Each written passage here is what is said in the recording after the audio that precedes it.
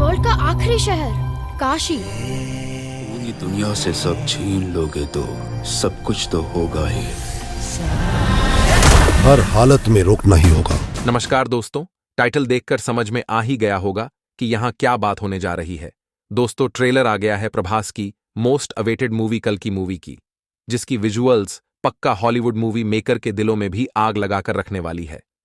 सुकून इस बात का है कि इसमें आदि पुरुष जैसे वीएफएक्स न होकर हॉलीवुड लेवल के वीएफएक्स हैं, और ट्रेलर देखकर समझ आ रहा है कि इसकी स्टोरी लाइन से भी जबरदस्त होने वाली है। ज्यादा टाइम वेस्ट न करते हुए बढ़ते हैं आगे और जानते हैं ट्रेलर में क्या क्या खास है, जिनके दम पर यह मूवी भारत की दी बिगेस्ट भी बन सकती है।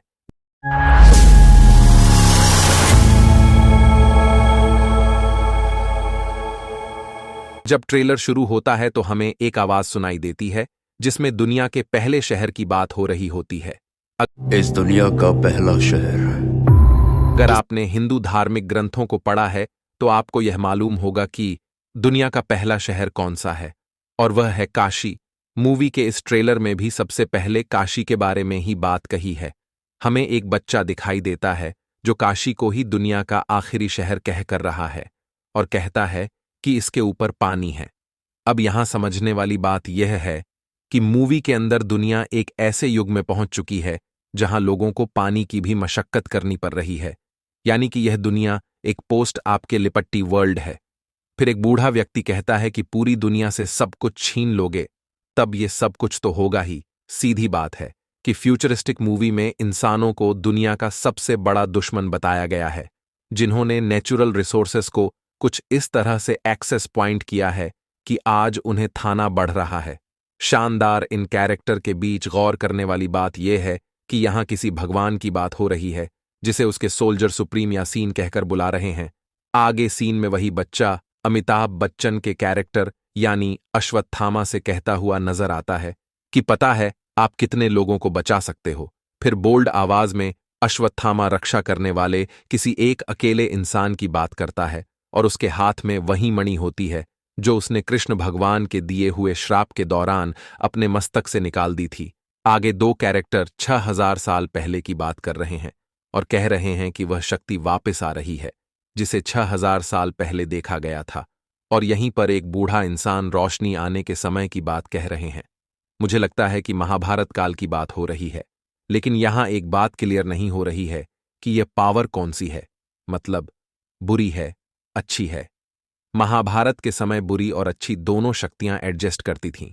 देखो, जो दुर्योधन था वह कलियुग नाम की बुरी पावर का इनकारनेशन करता था, जिसको हराने के लिए भगवान विष्णु के अवतार कृष्ण के मार्गदर्शन में सभी देवी देवताओं के अंशों ने एक साथ युद्ध लड़ा।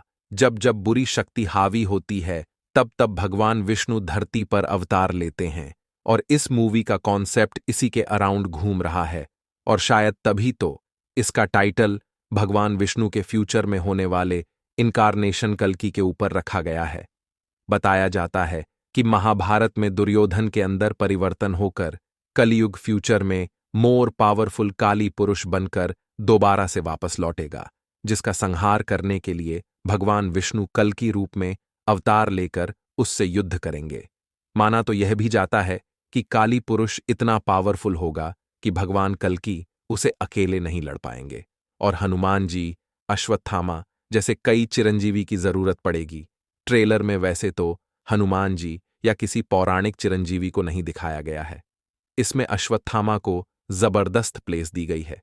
इतना ही नहीं, आगे के ट्रेलर में हमें दीपिका का कैरेक्टर भी दिखाई देता है, जिससे अश्वत्थामा बात कर रहे हैं और कह रहे हैं कि आपने अपने गर्भ में एक भगवान को स्थान दिया है।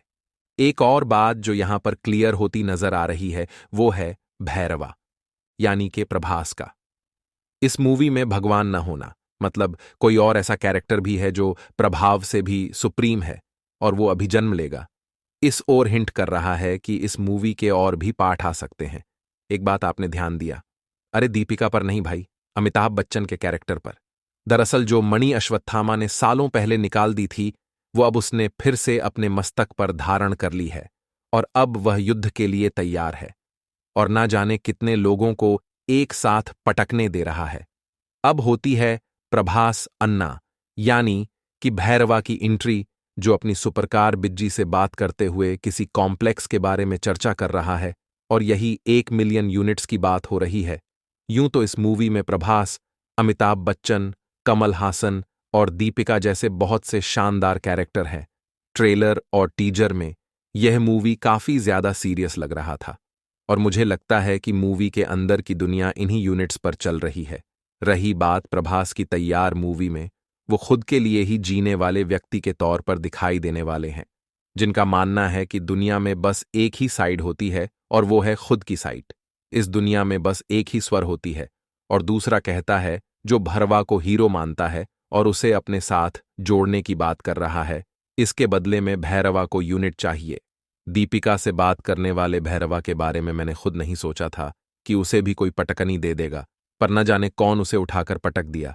वह शायद अश्वत्थामा था। मूवी के विलेन का खास आदमी भैरवा से कहता है, मुझे वह लड़की हर हालत में चाहिए, और मुझे लगता है कि वो लड़की दीपिका पादुकोण ही है, जिसे गर्भ में पल रहे भगवान को यह बुरी शक्तियां खत्म करना चाहती है। भैरवा के अलावा उस लड़की को कोई नहीं ला सकता, और वो इसीलिए श्योर है क्योंकि न तो वह पहले कोई फाइट हारा है और न ही ये वाली हारेगा। हम इतना क्लियर समझ रहे हैं, हो सकता है कि सब कुछ उसे उल्टा भी हो और मूवी के अंदर में कुछ अलग ही शौकीन देखने को मिल जाए फाइट।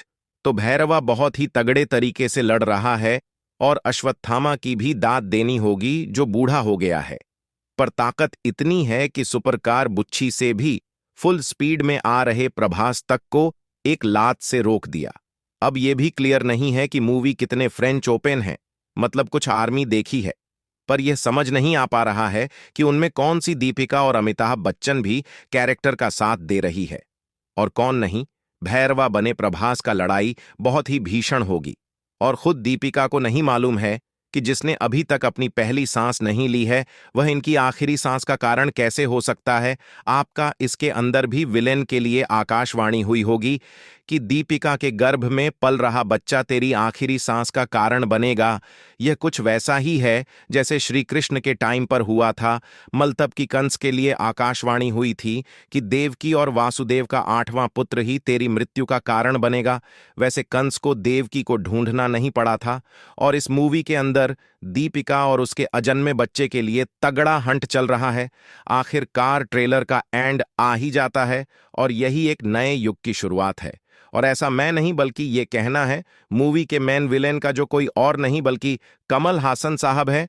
क्या जबरदस्त कैरेक्टर भाई कमल हासन साहब का, जो अपनी होल्ड आवाज में किसी के कान में कह रहा है कि डरो मत, एक नया युग आ रहा है। और समझ नहीं आ रहा है कि यह मूवी किस तरफ जाएगी। जो विलेन के लिए काम कर रहा है वह क्या आगे आकर धर्म का रक्षक बन जाएगा, या फिर धर्म की स्थापना के लिए भगवान के जन्म का ही वेद किया जाएगा। आपको क्या लगता है? मुझे कमेंट में लिखकर जरूर बताना, और आशा करते हैं कि आपको ये वीडियो अवश्य पसंद आया होगा। कृपया लाइक, शेयर और सब्सक्राइब अवश्य करें। धन्यवाद।